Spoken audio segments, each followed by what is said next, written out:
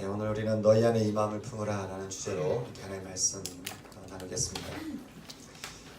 오늘 말씀 이렇게 또 듣겠지만 저는 오늘 이 시간에 우리 가운데서 성령께서 빛을 비춰주셔서 지혜와 계시의 영을 우리에게 부어주셔서요, 오늘 전해지는 말씀을 통해 우리 하나님 아버지의 마음을 깨달을 수 있는 이 시간 되기를 소망합니다. 저는 말씀을 참 보면서 늘 마음속에 품고 있는 장면이 있습니다.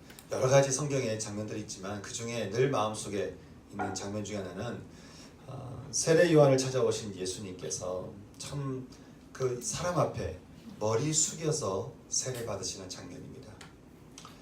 결코 그분이 무슨 정결하셔야 될 이유가 없습니다. 거룩을 하셔야 되는, 그렇게 물 세례를 받으셔야 될 이유가 없으셨습니다. 그러나 주님은 세례 요한에게 머리를 숙이셨고 세례를 받으셨습니다.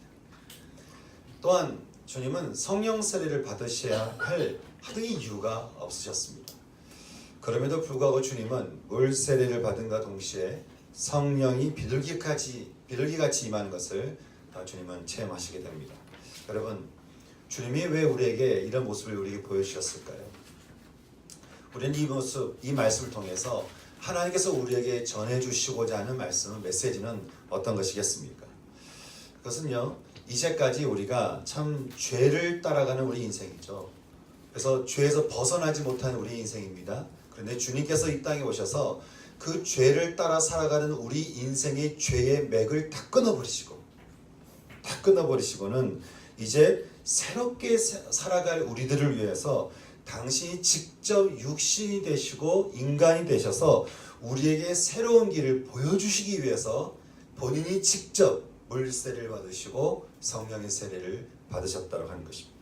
다시 말해서 물세례와 성령 세례라고 하는 것은 우리에게 새로운 삶을 살아갈 수 있게 해주는 새로운 길이라고 하는 것이죠. 주님이 먼저 우리에게 길을 트신 거예요. 그래서 너희는 이 길을 따라오라고 하는 것이죠. 그러면 우리 역시 이제 새로운 길, 우리가 죄된 본성을 따라가는 삶이 아니라 새로운 삶을 살기 위해서는 우리 앞에 앞서가신 예수님께서 걸어가신 그 길을 우리가 가야 되는 것이겠죠.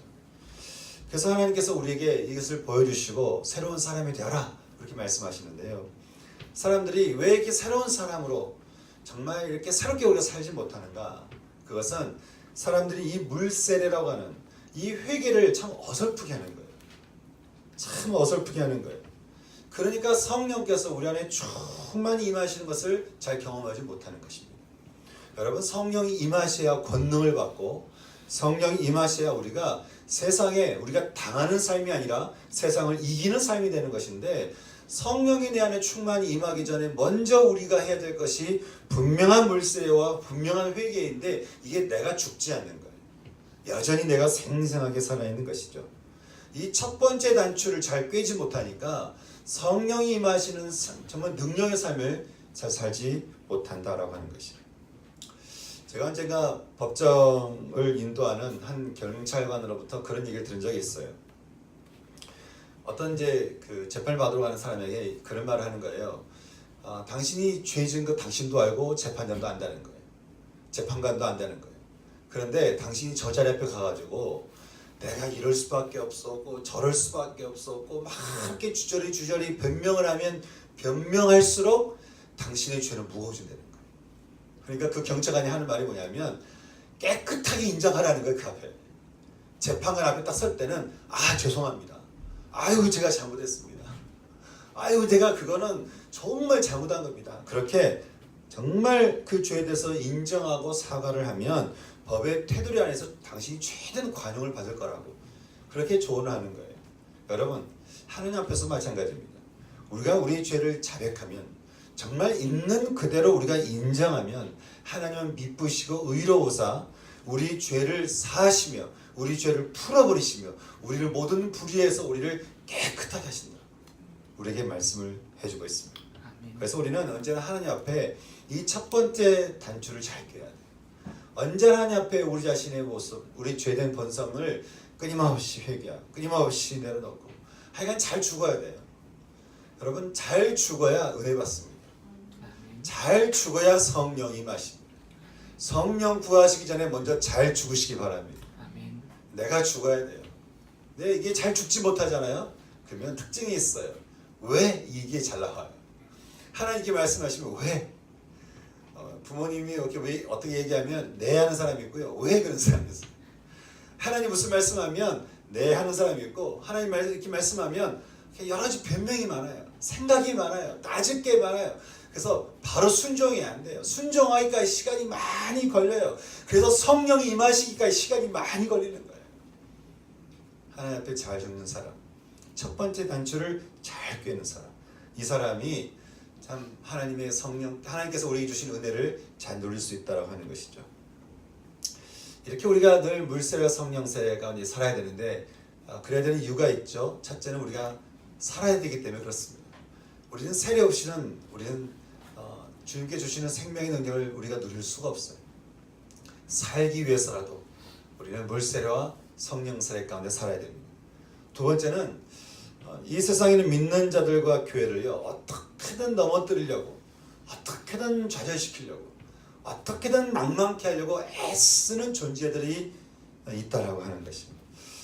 여러분, 그런 존재들이 우리가 이렇게 교회 오는 거, 또 예배 드리는 거, 말씀 듣는 거, 말씀 앞에 엎드리는 거 얼마나 싫어하겠어요. 얼마나 못하게 하겠어요.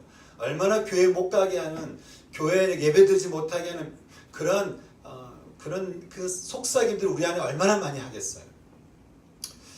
여러분, 그런 우리의 속삭임들이 있다라고 하는 것이에요. 그래서 우리는 이것을 위해서라도 끊임없이 주님 앞에 나가서 세례 가운데 우리가 머물러야 우리가 이 세상에 당하는 인생이 아니라 세상을 이길 수 있는 삶을 살아간다라고 하는 것이죠.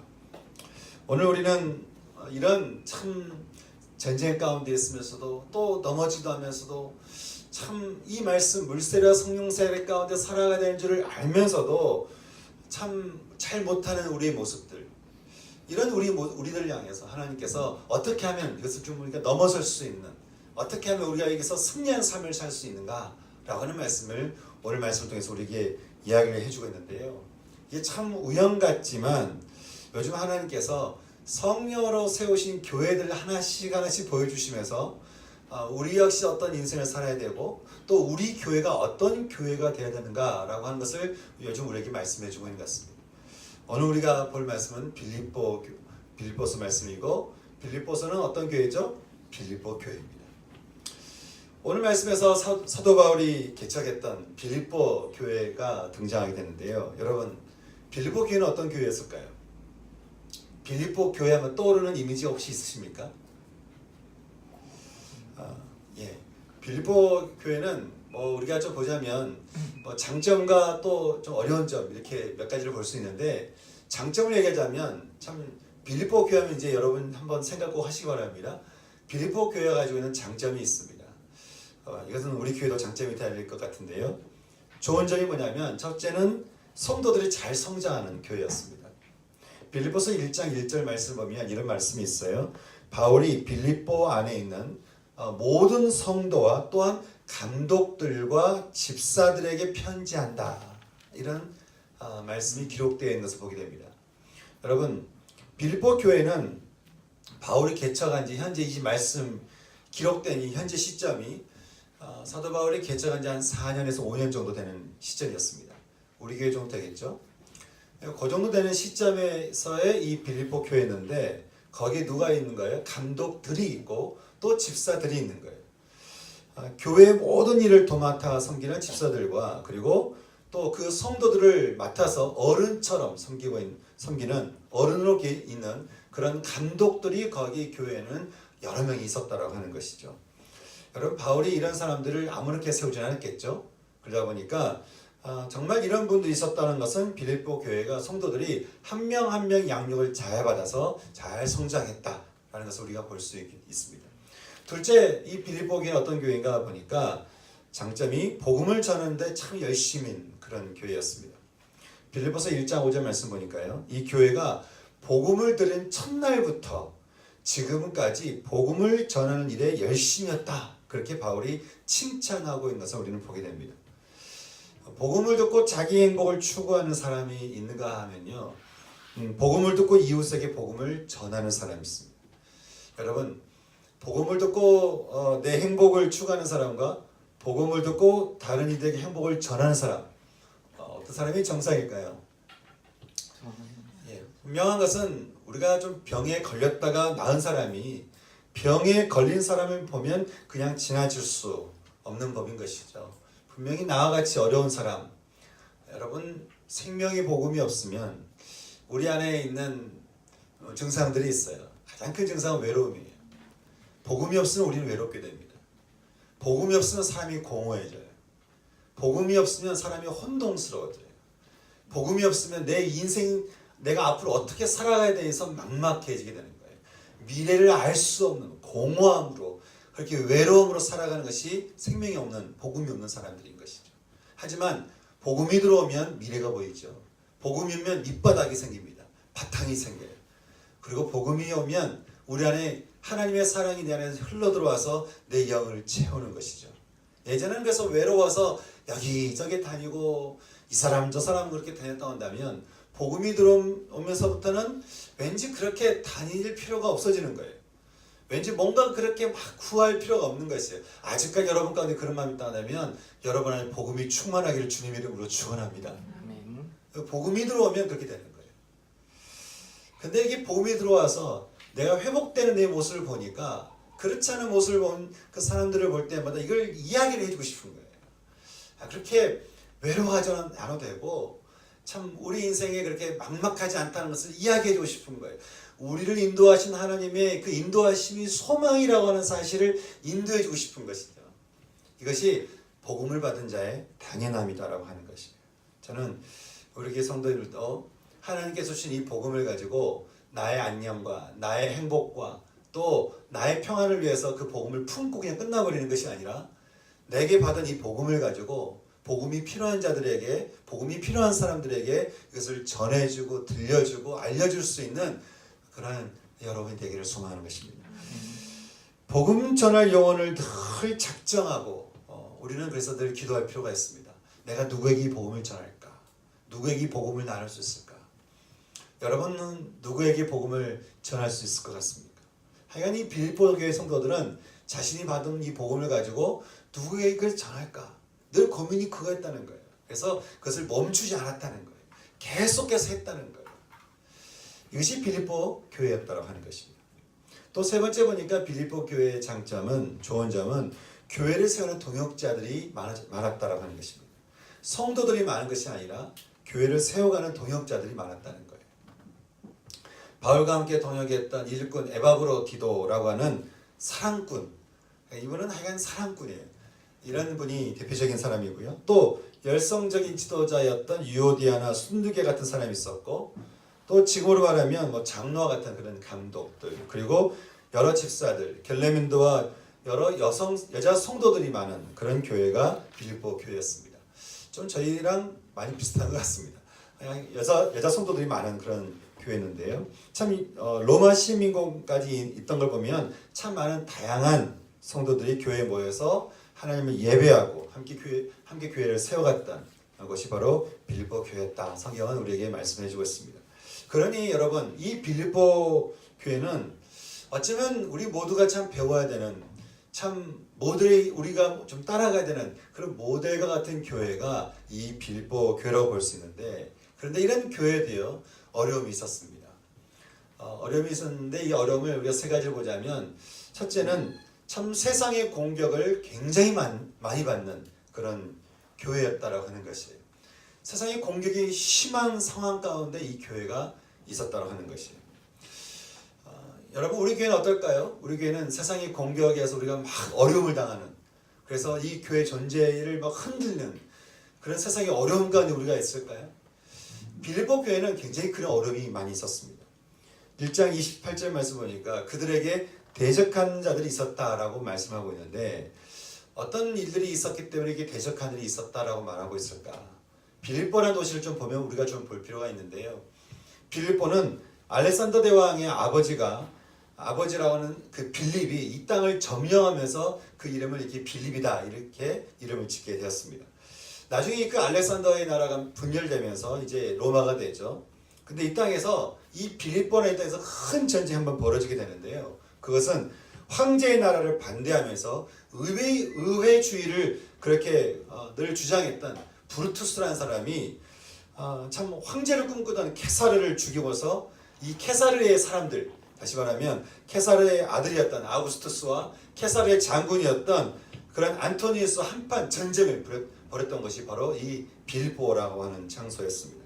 그리고 이곳에서 브루투스는 죽음을 당하게 됩니다. 이후에 이 빌보라는 도시가 케사르의 장군이었던 이 안토니우스를 늘 지지를 했어요. 근데 이 케사르 시골에 또 전쟁이 벌어졌어요. 케사르의 양아들이었던 아우구스투스와 또 케사르의 장군이었던 이 안토니우스가 서로 싸움을 벌이는데 빌보가 어디 편에 있었다고요? 안토니우스 편에 있었다고요. 그런데 이 둘의 싸움에서 안토니우스가 패하고 죽게 됩니다. 그러니 이 빌보라는 도시가 이제 아우구스투스에 대해서 좀 미움을 받겠죠. 그래서 아우구스투스가 이 땅을 통째로 빼앗아 버리고는 자신의 군인들에게 다 나눠주고만. 그리고는 이 땅은 로마 군인들이 다 들어오고 이후에 로마의 태역 군인들이 아예 머물고 자라면서 위치는 그리스 북부에 위치해 있었지만 완전한 로마, 그냥 로마 군인들로 꽉 찬 전직 로마 군인들, 현직 로마 군인들, 하여간 통째로 전부 로마 군인들만 있는 점령군들만 머물고 있는 아주 특이한 독특한, 그래서 완전한 로마의 도시를 띠고 있는 곳이 바로 이 빌보였다고 하는 것이에요. 그러니 이 완전한 로마에 더구나 군인들만 꽉 차 있는 이곳에 교회를 세워서 참 복음을 전하고 그렇게 참 있다라고 하는 것은 이게 쉽지 않은 그런 상황이었다라고 하는 것이에요. 뭐 문화적으로도 그렇고 또 로마의 타락한 문화 가운데 있었기 때문에 교회를 세우는 것도 참 쉽지 않았고 또 어떤 행정적으로도 그렇고 도시적인 혜택을 보는 것에 있었어도 참 이 빌립보 교회라고 하는 것이 존재하기가 참 어려웠던 것이 빌립보 교회였다는 거예요. 그리고 또 어떤 어려움이 있었냐 하는 거 보니까 빌립보 교회 어려움은 역시 빠지지 않는 유대교 교인들의 그런 가르침 때문에 어려움이 생겼다라고 하는 것이. 그들은 바울이 교회를 세우면 꼭 들어가서 좀 다른 이야기를 가르치는 거예요. 야, 너희는 바울로부터 그냥 믿으면 된다고 얘기하지 믿는다고 되는 게 아니야. 여러분, 믿는다라고 하면서 지켜야 될 것들을 지키지 않는 사람들이 얼마나 많은지 모릅니다. 예수 믿는다고 하면서요, 예수 믿는다고 하면서 우리가 신앙생활을 지켜야 될 것들이 있어요.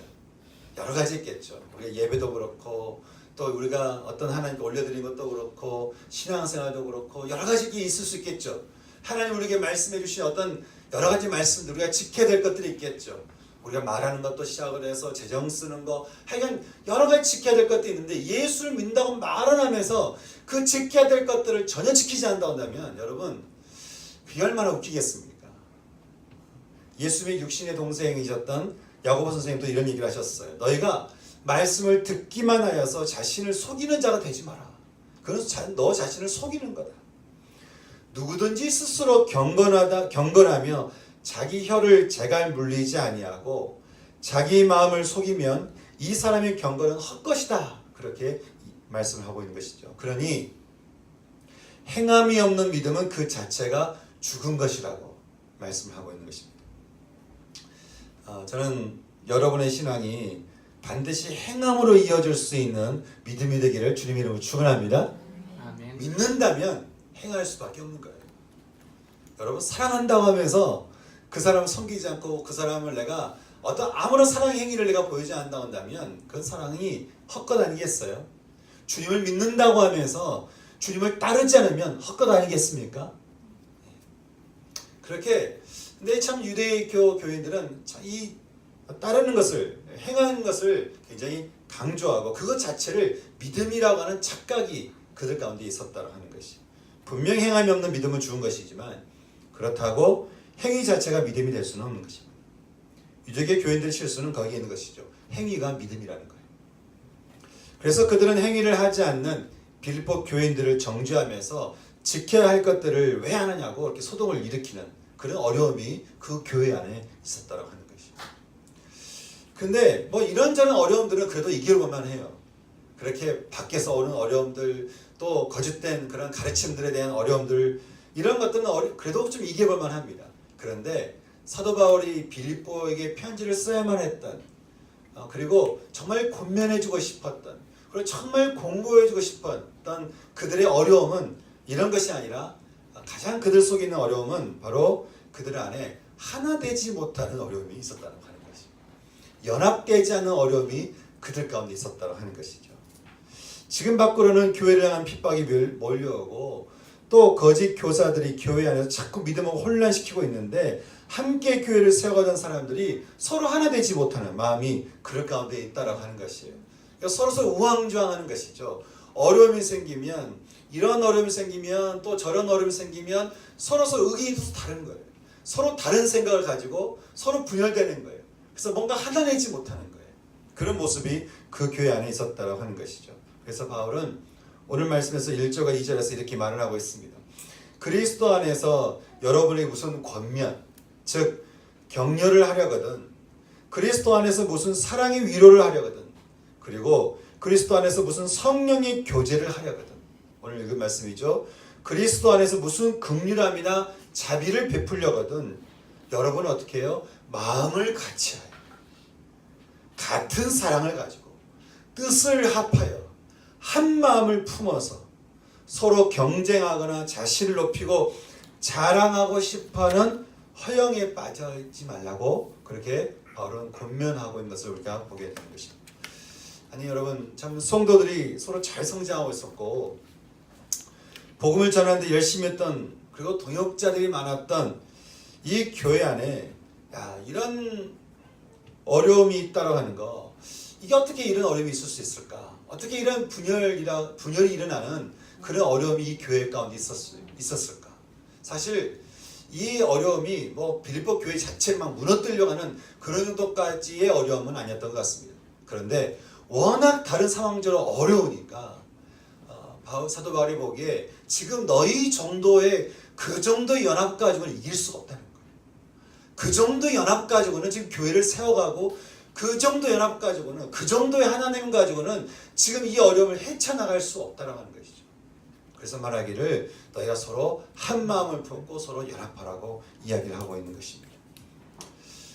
사도 바울이 이렇게 이야기하는 그 모습을 우리가 보게 되는 것은요, 참 아까도 말씀드린 것처럼 우리가 한 사람 한 사람 예수 믿고 세워져 가고 또 교회가 하나씩 세워져 가는 것을 그 누구보다도 반대하고 싫어하고 미워하는 존재가 있다고 하는 것이 바로 사단 마귀인 것이죠. 사단 마귀가 한 사람 한 사람이 세워진 것을 얼마나 미워하겠어요? 얼마나 싫어하겠어요? 여러분, 어쩌면 이 동네에서 사단 마귀가 제일 싫어하는 건물이 어디겠어요? 이거 아니겠어요?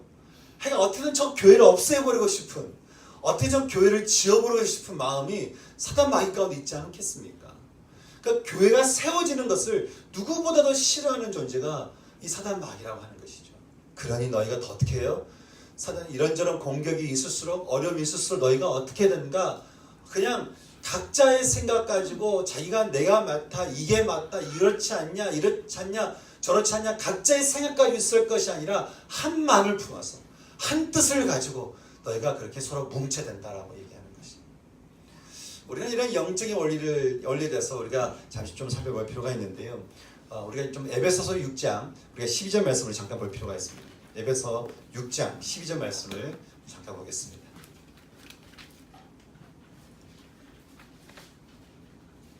에베소 6장 12절 말씀입니다. 자, 읽어볼까요? 시작.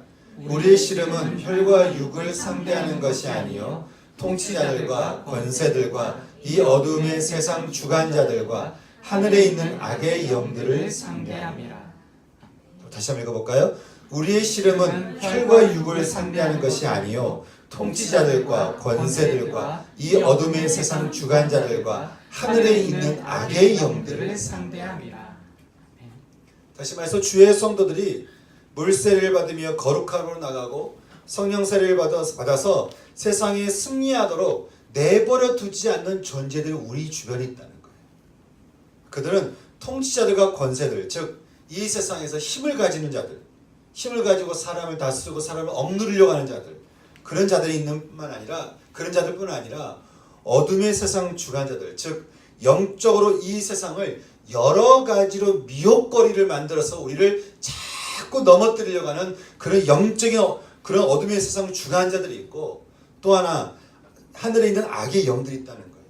이 악의 영들, 사람 마음 안에요. 쓴뿌리를 심어놓고 또 죄된 본성을 막 부채질해가지고 결국 우리 인생을 어떻게든 하나님과 좀 떨어뜨리게 만들고 예수님과 좀 멀어뜨리게 만드는 그런 영적인 하늘에 있는 악의 영들이 우리 주변에 있다라고 얘기하는 것이. 그러니 사도 바울이 얘기하는 것이 뭡니까? 우리가 있는 여러 가지 어려움을 우리가 당할 때, 여러 가지 어려움이 우리에게 있을 때, 이것을 우리가 저 사람 때문이고 이게 맞고 저게 맞고 할 게 아니라 먼저 우리가 기억해야 되는 것은 먼저 나를 넘어뜨리려고 하는 존재, 우리를 넘어뜨리려고 하는 존재, 교회를 넘어뜨리려고 하는 존재, 공동체를 넘어뜨리려고 하는 악한 사탄 마귀가 우리를 계속 공격하고 있는 그런 상황 가운데, 그런 시대 가운데 우리가 지금 살고 있다라고 하는 것을 너희가 잊지 말라는 것이. 그러니 어떻게 해요? 너희가 지금 흘러가는 대로, 그냥 마음 흘러가는 대로 내버려 두고, 이러면 이런 대로, 미혹당한 대로, 누가 나를 어렵게 하면 어렵게 한 대로, 막 속상하면 속상한 대로, 상처나면 상처난 대로, 분노하면 분노한 대로, 그렇게 외로운 대로 너희 마음 가운데 이렇게 너희를 내버려 두지 말고 어떻게 해요? 너희가 다른 무엇보다도 하나의 마음을 꼭 품고 그 마음 안으로 너희가 서로 모아서 그 마음 가운데 너희가 살아야 된다. 그렇게 우리에게 이야기를 해주고 있다는 것이. 여러분, 사도 바울이 오늘 우리에게 품어야 되고 모아야 되고 함께 있어야 되는 그 마음이라고 하는 것이 어떤 마음이겠습니까? 오늘 우리에게 어떤 말씀을 얘기해 주고 있죠? 너희가 품어야 되는 마음인데 어떤 마음이라고요? 그리스도 예수의 마음이라. 그런데 이 그리스도 예수의 마음이 어떤 마음인가? 어떤 마음이길래 우리가 이 마음 가운데로 모아져야 되고 우리가 이 마음을 품고 있어야 되는가? 오늘 우리가 3절 말씀부터 두 가지를 얘기해 주고 있는데요. 3절 말씀을 통해서 먼저 우리가 첫 번째로 한번 살펴보겠습니다. 3절 말씀 우리 같이 읽어볼까요? 시작. 아무 일에도 다툼이나 허영으로 하지 말고 오직 겸손한 마음으로 각각 자기보다 남을 낮게 여기고. 보니까 어떤 말씀하고 있습니까? 그리스도 예수의 마음이라고 하는 것은 남을 나보다 낮게 여기는 마음이라는 것이. 우리는 사실 계속해서 이 말씀을 좀 보고 있습니다. 그런데 어쨌든 이 말씀은 쉬운 말씀은 아닌 것 같습니다. 내가 남을 나보다 낮게 여긴다. 참 내 상처를 가지고 바라보고 또 내 아픔을 가지고 바라보고 또 내 속 시끄러움 또 내 그 고집을 가지고 바라보면 참 남을 낮게 여기는 그 모습을 바라본다는 것이 참 어려울 수 있습니다. 여러분, 주님께서 우리에게 이 말씀해 주셔놓고 우리에게 뭔가 무거운 짐을 주려고 뭔가 좀 무겁게 하려고 그래 너는 다른 사람을 이렇게 낮게 여겨야 돼 라고 우리에게 뭔가 이렇게 강조하려고 강요하기 위해서 우리에게 말씀하셨을까요? 그렇지 않겠죠. 주님께서 우리에게 이렇게 말씀하신 이유에 대해서 바울은 우리에게 6절부터 8절 말씀을 통해 우리에게 또 말씀해 주고 있는데요. 6절과 8절 말씀 다시 한번 같이 읽어보겠습니다. 시작. 그는 근본 하나님의 본체시나 하나님과 동등됨을 취할 것으로 여기지 아니하시고 오히려 자기를 비워 종의 형체를 가지사 사람들과 같이 되셨고 사람의 모양으로 나타나사 자기를 낮추시고 죽기까지 복종하셨으니 곧 십자가에 죽으심이라. 아멘. 이 말씀을 통해서 다시 보자면요, 예수님은 하나님의 모습을 지니신 하나님이셨지만, 그렇죠? 예수님은 하나님이셨지만 주님은 내가 하나님과 동격이야, 나 하나님이야 라고 우리에게 주장하지 않으시고 오히려 자기를 비우셨다는 거예요. 자기를 비우시고 그리고 종의 형체를 가지사 사람들과 같이 되셨고 또 사람의 모양으로 태어나셨어요. 사람의 모양으로 태어나셔서 사람들 앞에 자기를 낮추시고 오히려 우리의 구원을 위해서 그분이 죽기까지 어떻게 하셨다고요? 복종하셨으니. 이 어디까지 내려간 거예요? 내려가고 죽기까지 내려가셔서 복종하셨으니 곧 십자가의 죽으심이다 라고 우리에게 말씀을 해주고 있습니다. 여러분, 세상에 어느 신이 인간의 구원을 위해서 인간 앞에 자신을 낮추고 인간을 위해서 자신을 죽기까지 복종하면서 스스로 사형틀에 올라간 신이 세상에 어디 있겠습니까? 그런데 우리 주님이 그러셨다는 거예요. 우리 주님. 이 예수님의 마음을 한마디 하나의 문장으로 표현하기를 자기보다 남을 낫게 여겼다라고 하는 것이죠. 그러니 자기보다 남을 낫게 여겼다라고 하는 이 말씀이 주는 의미가 얼마나 크겠습니까? 세상의 가장 낮은 자리로 내려가서 그곳에서 저와 여러분을 자신보다 더 낮게 여기시고 우리의 구원을 위해서 죽음으로 스스로를 복종하셨으니 이것이 십자가 예수 그리스도의 마음이라고 하는 것이죠. 사랑하는 여러분, 여러분이 참 예수님의 구원을 믿으신다면, 그리고 예수님께서 나를 구원하셨고 내가 그 구원 때문에 내가 예수의 생명이 내 안에 있다라고 여러분이 믿으신다고 한다면 가장 낮은 자리로 가셔서 우리를 위해 죽으신 그리스도의 사랑을 안 받으신 분이 여기 어디 있겠습니까? 그 사랑을 안 받으신 분이 어디 있겠냐는 거예요. 그러면요, 우리가 그 사랑을 받아서 그 구원의 은혜를 받은 우리가 역시 어디 머물러 있어야 될까요? 주님이 가장 낮은 자리에서 우리를 살려내셨어요. 그러면 거기서 살아난 우리가 머물러야 되는 것이 또 어디겠습니까? 주님께서 계시는 그곳, 가장 낮은 자리로 내려가서 나를 내려놓고 내 자존심이든 내 상처든 내 아픔이든 내 주장이든 내 고집이든 어떤 그런 내 것을 다 내려놓고 그렇게 주님께서 계신 그 낮은 자리 가운데로 우리가 내려가야 되지 않겠냐라고 하는 것이죠. 아멘. 우리가 그 장소로 내려가야 주님이 왜 여기까지 내려오셔서 참 나를 이렇게 사랑하시는지, 우리가 그 장소까지 내려가야 주님이 나를 얼마나 사랑하시는지, 나를 얼마나 귀하게 여기시길래 세상에 나보다 낮은 자리로 내려가셔서 죽기까지 나를 위해서 복종하시면서 나를 구원하신 건지, 우리가 낮은 자리로 내려가야 주님의 그 구원도 우리가 이해가 되고 그 구원 때 우리가 감격이 되고 그 구원 가운데 머물면서 우리가 하나님께 더 감사한 마음을 우리가 품을 수 있지 않겠냐는 것이.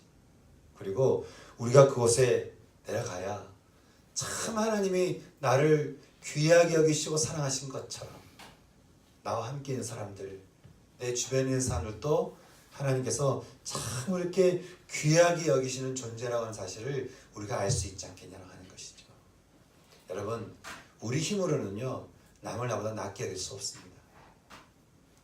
우리의 죄성으로는요 남을 나보다 낮게 여기는 거 어렵습니다. 못합니다. 주님께서 우리를 구원하시던 그 자리로 내려갔을 때 우리는 이 말씀이 이해가 됩니다. 주님께서 나를 구원하시던 그 자리로 내려갔을 때 완전히 죽어버리시고 완전히 끝내버리시고 하나님 되심을 차라리 포기해버리셨다. 완전히 죽어버리셨던 그 자리로 우리가 내려갈 때 내가 그렇게 귀한 존재라는 것도 알게 되고 우리는 다른 사람도 그만큼 귀한 존재라고 하는 것을 우리가 하게 된다는 것이죠. 그래서 사도 바울이 말하기를 남을 나보다 낮게 하기 위해서 주님께서 우리에게 행하셨던 이 마음을 너희 안에 품으라고 하는 것이. 두 번째 마음은 또 어떤 마음이겠습니까? 4절 말씀인데 각각 자기 일을 돌볼 뿐더러 각각 다른 사람의 일을 돌보는 마음이다 라고 우리에게 말씀해 주고 있습니다. 다시 말해서 서로를 돌보는 마음이라고 하는 것이죠. 서로를 돌봐주라. 서로 어떤 어려움이 있는지, 또 어떤 괴로움이 있는지, 또 어떤 슬픈 일이 있는지, 돌아봐야 될 것이 무엇이 있는지를 서로 돌보라는 거예요. 여러분, 서로 돌보려면 우선 될 것이 있어요. 나를 내려놔야 돼요. 여러분, 남을 돌아보기 전에 내 것을 가지고 있으면 남 돌아보기가 어렵습니다. 여러분, 주님이 나 하나님이야 이랬으면 우리를 위해서 죽지 못하시죠. 하나님 되심을 포기해버리셨기 때문에 우리를 살려주실 수 있습니다. 그런 것처럼 하나님을 되심을 포기하고 우리를 살리신 그 주님께서 우리에게 말씀하시기를 내가 너에게 그랬던 것처럼 우리도 역시 우리의 것을 우리가 주장하는 것들을 내려놓고 우리 주장들을 포기하고 우리의 상처와 내 생각과 또 내가 맞다고 생각하는 것들을 내려놓고 주님께서 사랑하시는 그 사랑 가운데로 들어와서 서로 내가 누구에게 사랑할까? 내가 누구에게 사랑을 베풀까? 내가 누구에게 사랑을 나눌까? 어떻게 이 시간을 나눌까? 어떻게 이 재정을 나눌까? 어떻게 내가 이 재능을 나눌까? 이 고민하며 살아가라고. 또 이런 고민하며 살아가는 것이 그리스도인이라고. 이것이 교회라고. 성경을 통해서 하나님이 우리에게 말씀하고 있는 것이에요. 사랑하는 여러분, 저는 우리 교회가 정말 어떻게 하면 서로 좀 돌봐줄까? 어떻게 하면 서로 나눌 수 있을까? 어떻게 하면 서로 함께 할 수 있을까? 이런 고민을 하며 살아갈 수 있는, 이런 고민을 가지고 서로 위해서 기도하고 함께 더불어 주님의 몸된 교회를 세워갈 수 있는 그런 은혜가 저는 우리 교회 가운데 있기를 소망하는 것이에요. 아멘.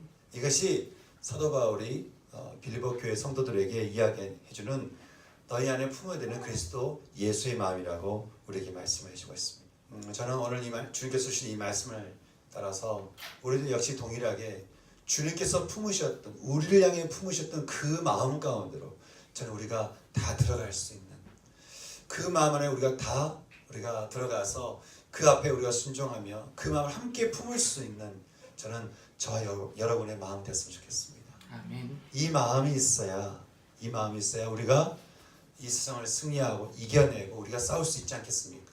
이 마음이 있어야 우리가 교회를 세워가는 것도 세울 수 있지 않겠습니까? 우리가 여기서 이제 교회를 세워가고 우리가 뭐 어느 지역 가든 뭐 이 근처에 있든 바로 옆을 우리 옆 건물로 가든 어쨌든 우리가 교회를 계속 세워나가는 이 시점에 우리가 그렇게 서로 한 마음을 품고 서로 돌아보며 나보다 낫게 여기며 자꾸 서로 돌보며 그런 마음을 가지고 우리가 서로를 자꾸 바라볼 때 그때 성령께서 이 교회를 이렇게 세워가시고 또 든든하게 세워가시고 세상을 이기는 교회로 우리에게 축복을 주시지 않겠냐라고 하는 것이죠. 저는 정말 주님께서 우리에게 원하시는 그런 교회가 저는 우리 교회가 됐으면 좋겠습니다. 아멘. 그리스도의 예수의 마음을 품는 교회, 각자의 고집이 있고 각자의 마음이 있는 교회가 아닌가요? 빌립보서 말씀 보면요, 그래서 바울이 두 여인의 이름을 다 끄집어내요. 끄집어내면서 너희 안에 서로 같은 마음을 품어야 된다라고 얘기합니다. 그 두 여인이 아마 서로 지도자인데 서로 이렇게 좀 힘이 있는 두 사람이었던 것 같습니다. 서로 이렇게 한쪽 교회가 좀 이렇게 나눠졌던 것 같아요. 두 사람의 말빨이 좀 셌던 것 같아요. 그래서 한 사람은 이쪽에, 한 무리는 또 이쪽에 흩어져 있는데 너희가 그러지 말고 서로의 그 모든 마음들을 예수의 마음 가운데로 너희가 다 들어와라. 너희 자신을 다 주님이 우리에게 하셨던 것처럼 너희 마음을 다 내려놓고 너의 주장을 다 내려놓고 그리고 너의 고집을 다 내려놓고 예수의 마음으로 들어와라. 그리고 서로 하나가 되어라. 그리고 한 뜻을 품어라. 그리고 한 마음을 품어라. 바울이 그렇게 권면을 해주고 있습니다. 여러분, 우리 역시 그런 마음을 품어야 되지 않겠습니까? 우리 역시 그 마음을 가지고 우리가 함께 주님 앞에 나가야 되지 않겠습니까? 저는 이 말씀을 우리가 믿음으로 취해서 한 마음으로 주님을 찾고 한 마음으로 교회를 세워갈 수 있는 그런 저는 저와 여러분의 신앙 되기를 주님 이름으로 축원합니다. 아멘. 우리가 한 말씀 가지고 기도하겠습니다. 오늘 이 시간에 우리가 그 예수의 마음을 품기 위해서 좀 내려가야 되는 장소가 있습니다. 한없이 낮으셨던 하나님 되심을 포기하시고 오히려 자기를 비워내시고 종의 형체를 가지셔서 사람들과 같이 되셨고 사람으로 태어나셔서 자기를 더 낮추시고 죽기까지 스스로를 복종하신 바로 그 십자가입니다. 우리가 거기에서 살았습니다. 우리가 거기서 생명을 얻었습니다. 그렇다면 우리가 머물러야 되는 곳은 그곳입니다. 그래야 내가 하나님의 존귀한 자인 줄 알고 그래야 우리는 서로 사랑하며 우리 서로 연합할 수 있습니다. 우리 함께 그 십자가 앞에 나가서 그 주님 앞에 여러분 각자의 고백으로 기도할 수 있는 시간 됐으면 좋겠습니다. 감사의 고백이든 회개의 고백이든 참회의 고백이든 믿음의 고백이든 우리 함께 각자의 고백으로 십자가 앞에 와서 기도할 수 있는 시간이 되기 원합니다. 함께 기도하겠습니다. 기도하시겠습니다.